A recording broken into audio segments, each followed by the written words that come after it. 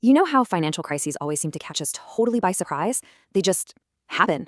Well, today, we're diving into a monumental piece of research that looks at 8 centuries of them. And it turns out, maybe they're not so surprising after all. We're going to be guided by the incredible book, This Time is Different, by economists Carmen Reinhart and Kenneth Rogoff. It's fascinating, really. After digging through centuries of data, they found that right before the music stops, right before the markets take a nosedive and the economy goes into a tailspin, you almost always hear the same four words. They get whispered in the halls of power, by bankers, by everyday people. This time is different. Honestly, these might be the four most expensive words in all of financial history. They're this siren song of overconfidence. It's the belief that, yep, we've finally done it. We've outsmarted the cycles of boom and bust that have been happening for centuries. Now, Reinhardt and Rogoff don't just see this as some common mistake. No, they actually diagnose it as a reoccurring psychological thing, a kind of collective amnesia they call the cycle of forgetting. So, what exactly is this time is different syndrome? Well, it's this really deep-seated belief we get during the good times that our prosperity is special, it's different.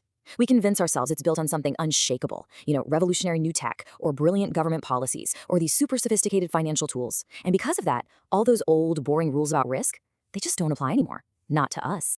And you've heard these arguments before, right? Stuff like, oh, the internet changes everything. Or financial innovation has basically eliminated risk. Our central bank has it all under control. And oh, my personal favorite, our country's exceptional. That could never happen here. Every single one is just a new creative way to dismiss history. To say that the flashing red lights, like a mountain of debt, aren't actually a problem anymore. Okay, but what does the actual data say? Forget the stories we tell ourselves. Let's get into the anatomy of a crash and see what 800 years of evidence has to say about this whole myth. So after digging through data from 66 different countries, the authors found this powerful, kind of scary pattern that just repeats and repeats. They call it serial default. This is basically a historical cycle where countries borrow a ton of money, fail to pay it back, get forgiven, and then they do it all over again. And the wild part is, this isn't just a problem for so-called emerging markets today. This is where it gets really interesting. Think about some of today's most advanced economies. Spain, for instance, holds the world record. It defaulted on its national debt a staggering 13 times between the 16th and 19th centuries. And France, before its revolution, it was defaulting about once every 30 years. The big takeaway here is that many of the countries we see as stable today were yesterday's volatile, high-risk borrowers. But here's the thing. As bad as governments defaulting on their debt is, the book shows that the truly catastrophic events, the ones that leave the deepest, longest-lasting scars, are systematic banking crises. That's when the entire financial plumbing of a country just completely breaks down. And the hangover from one of these is just brutal. The data is shockingly clear about this. On average, it takes a full 8 years for a country's income per person to get back to where it was before the crash. Just think about that, 8 years. That is basically a lost decade of economic progress for millions and millions of people. And it gets worse. While citizens are struggling to get back on their feet, the government's own debt just explodes. It's a total double whammy, right? The government is shelling out money for bank bailouts at the exact same time its tax revenues are collapsing.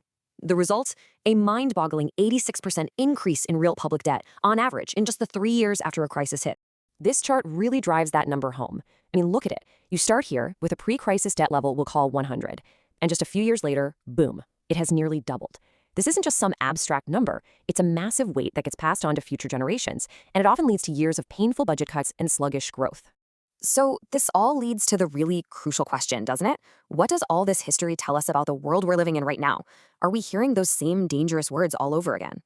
It really comes down to this showdown. On one side, you have that comforting, new era story we tell ourselves. Our systems are safer now, growth is stable, this time all this debt is totally manageable.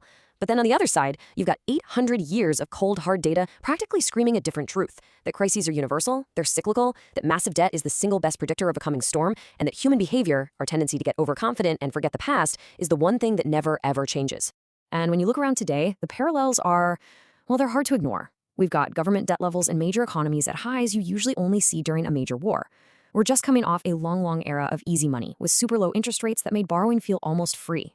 We've seen an explosion in complex, poorly understood financial innovations like crypto and fintech, which feels a lot like the lead up to 2008. And we still have this tendency to think hidden, off-the-books debt isn't quite as risky. Sound familiar?